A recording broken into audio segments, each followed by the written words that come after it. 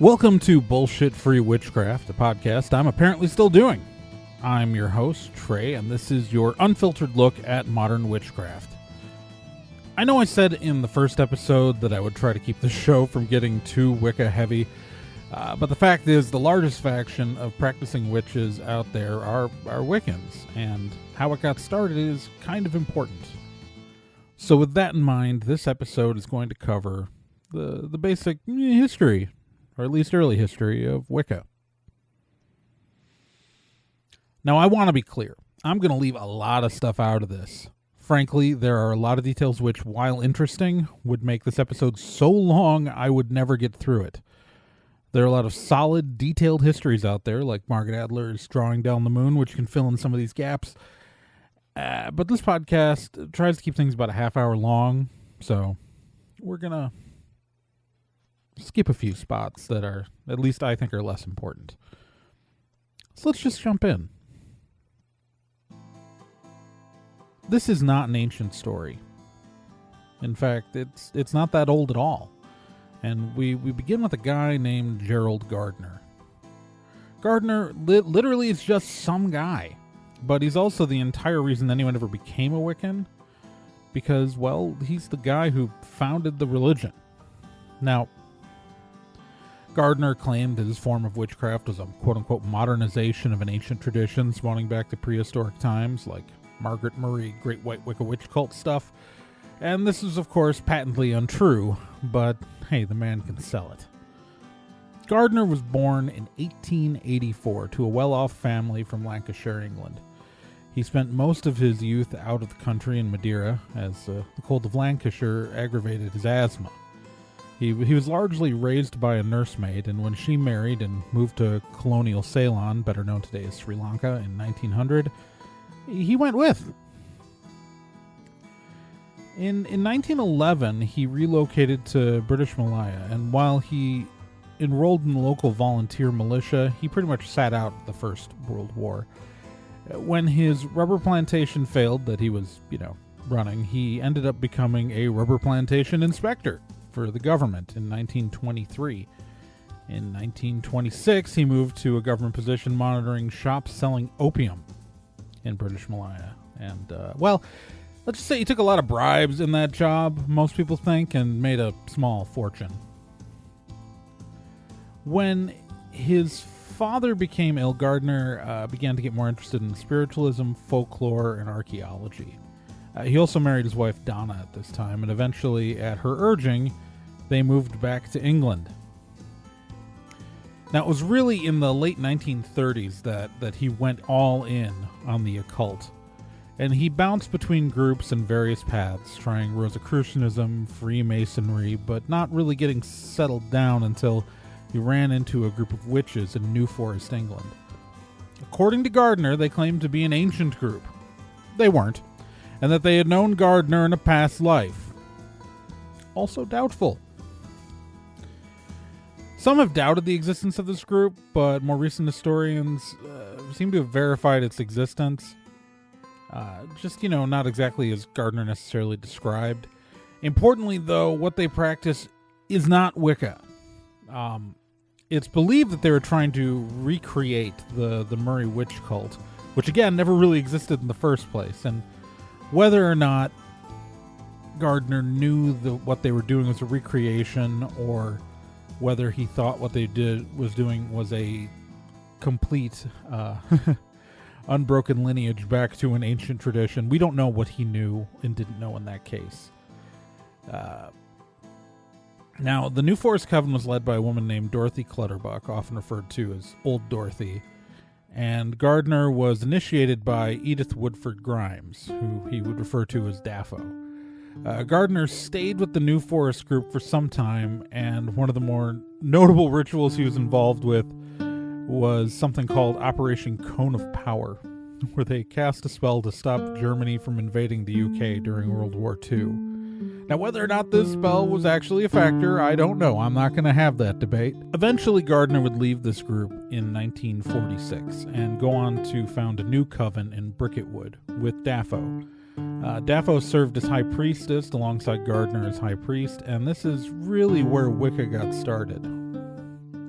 Should also mention, and this is kind of an aside, in May of 1947, Gardner met and became friends with well-known douchebag and all-around jackass Aleister Crowley. Gardner joined the Ordo Templi Orientis, and upon Crowley's death in December of 47, he declared himself head of the European OTO. His tenure only lasted a few years, though, as he left the post in 1951. In Bricket Wood, Gardner, he didn't like the way New Forest had done things, and his whole thing was he wanted to adapt and change the group to suit his vision of witchcraft. Part of that vision, though, was going public, and Daffo wasn't really fond of the idea. I mean, it was mid-20th century. Going around and yelling, "I'm a witch," wasn't exactly the smartest play. Gardner, in an attempt to spread his vision of witchcraft, included a fictional version in his novel High Magic's Aid in 1949. And he began working on a nonfiction book, describing the craft. And that was the straw that broke the camel's back. So in 1952, Daffo got the heck out of Dodge, or at least the Bricket Wood Coven. And that's where things get interesting.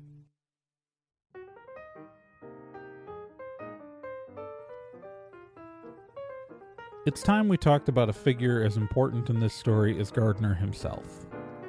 Doreen Valiente. Born in 1922, Valiente served as a translator at Bletchley Park during World War II. She got married a couple times and lived a fairly interesting life. While she said she cast her first spell at the age of 13, she really didn't get into occultism until she was an adult, having gotten hold of the notebooks and ritual items of a recently deceased doctor who was a member of a splinter group of the Hermetic Order of the Golden Dawn called Alpha et Omega.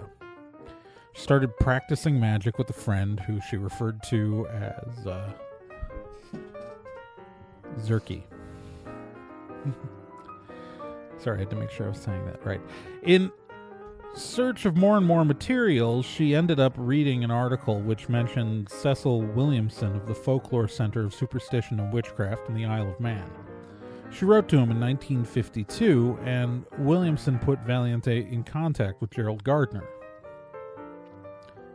Doreen Valiente would be initiated into the Bricket Wood Coven in 1953.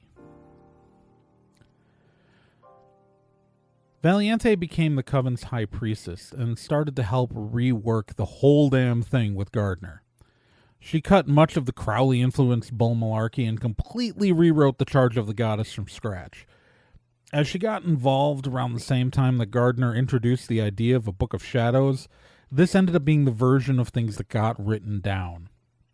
This is the moment where Wicca really became Wicca, and the religion we know today. And Valiente was its co-architect. Gardner finally published his non-fiction book on Wicca in 1954 titled Witchcraft Today. In it, Gardner claimed he wasn't a witch himself, but instead just an anthropologist. It's not really the best researched book, and it spread the myth of the 9 million witches were killed in the witch hunts, the burning times, where estimates really put that number between 40 to 100,000. Still, a tragedy, but not the tragedy. Margaret Murray actually wrote the introduction to the book for Gardner. It's not worth actually digging up today for its content, but it's important historically because this was the first nonfiction book put out in reference to the religion that they referred to as witchcraft at the time, and we refer to as Wicca now. Valiente's membership in the Bricket Wood Coven was short-lived, though, as she and a number of other members exited the group in 1957. Gardner had tried to enforce the quote-unquote Wiccan laws or ardanes on the group and claimed they came from some ancient text. Valiente was pretty sure that Gardner had just sort of made them up, though, and was a bit sick of it. Before this time, the group had just referred to what they practiced as witchcraft and nothing else. But that was starting to change too. Gardner started to refer to the Bricket Wood group as a quote-unquote Gardnerian coven, and practitioners of the craft as the Wicca, with one C, not two. He never used the word Wicca, W-I-C-C-A, but that name would eventually stick. And Gardner passed in 1964. But boy, did this stuff spread. So as I said earlier, starting in the 50s, Gardner decided he wanted to go public. He published a few books and pretty much told everyone he could about his new old religion. Suddenly, across England, people started claiming their often conveniently already deceased grandmothers or aunts had actually initiated them into branches of this, again, never existing, ancient path. Charles Cordell was one of these people, and in many respects, he's not really super important, but he is notably the one who ended up coining the term Wicca, which comes from the Old English word for witch. So that's how the Old English word got revived and repronounced, because in the Old English it should be pronounced Wicca, but that's just me pulling hairs. To really understand how ridiculous some of these ancient claims were, Alexander Sanders, founder of Alexandrian Wicca, claimed that everything in his Book of Shadows came from his grandmother, which sure was a shock to Doreen Valiente, who pointed out in a 1989 interview that she had seen the Alexandrian Book of Shadows, and it literally contained things that she had written herself, like that she had come up with, and to claim that it was ancient was patently ridiculous. And now the world of Wicca was small at the start. And even those who started disconnected tried to tie themselves into Gardner's practice. These covens and groups that all have a direct connection to Gardner or Gardner's original, either the New Forest or Bricket Wood Coven. These are referred to as British Traditional Wicca. Originally British Traditional Witchcraft, but kind of switched to saying British Traditional Wicca, but either way, it's often just abbreviated as BTW.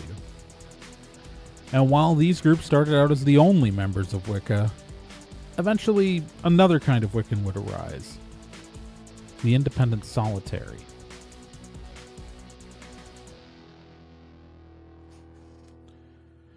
Initially, Wicca was largely group-based, or at least performed by people with direct connections to those groups. This wouldn't remain the status quo for long, though. As more and more books were being published, naturally more people were getting interested in becoming Wiccans themselves.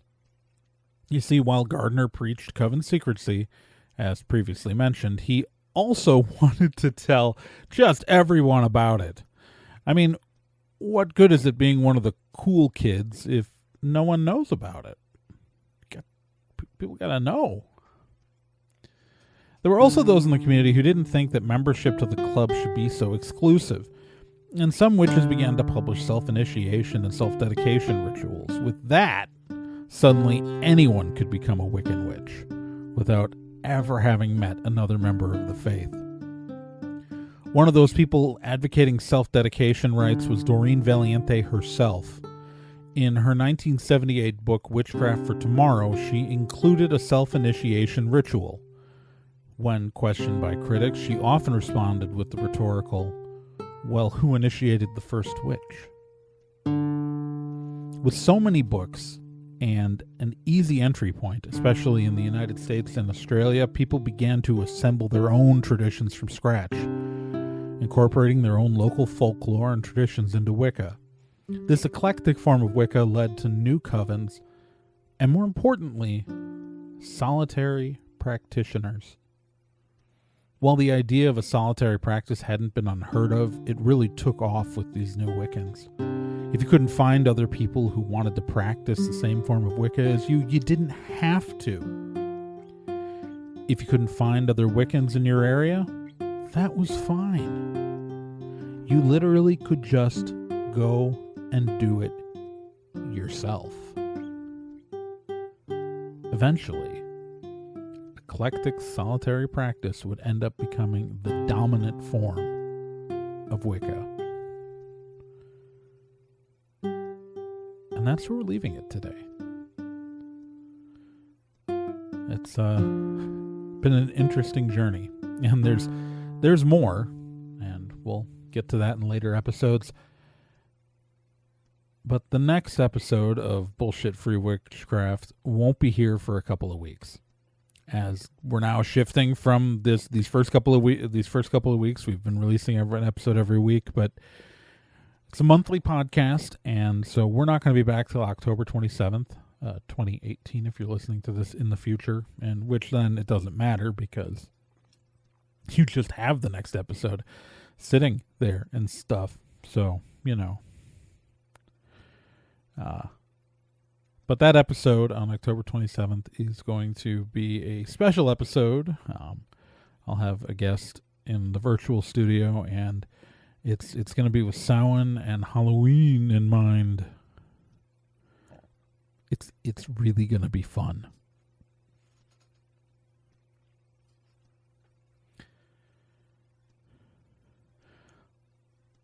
Bullshit-Free Witchcraft is supported by listeners like you. If you would like to support the show, you can go to patreon.com/TRAEGORN and pledge to support the show.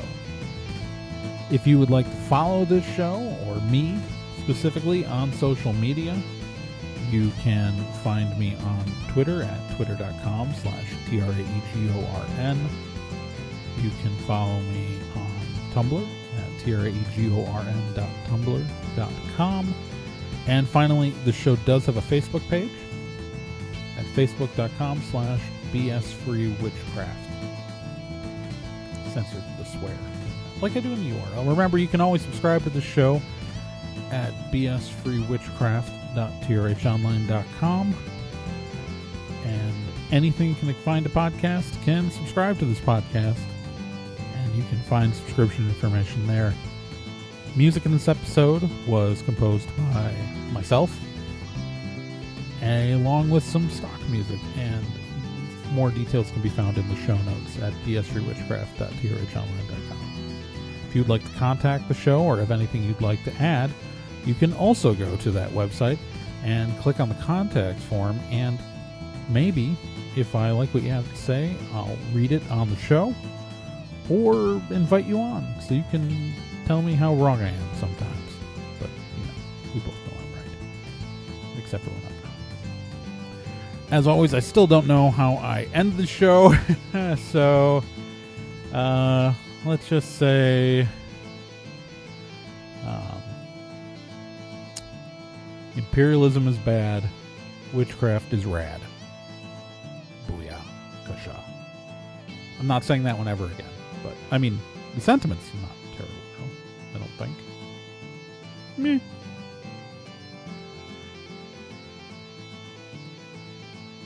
Because if you go back into the history of witchcraft, so the New Forest Coven, the pre-Wicca coven that Gerald Gardner was in, that claimed to be thousands of years old, but was really probably about 30.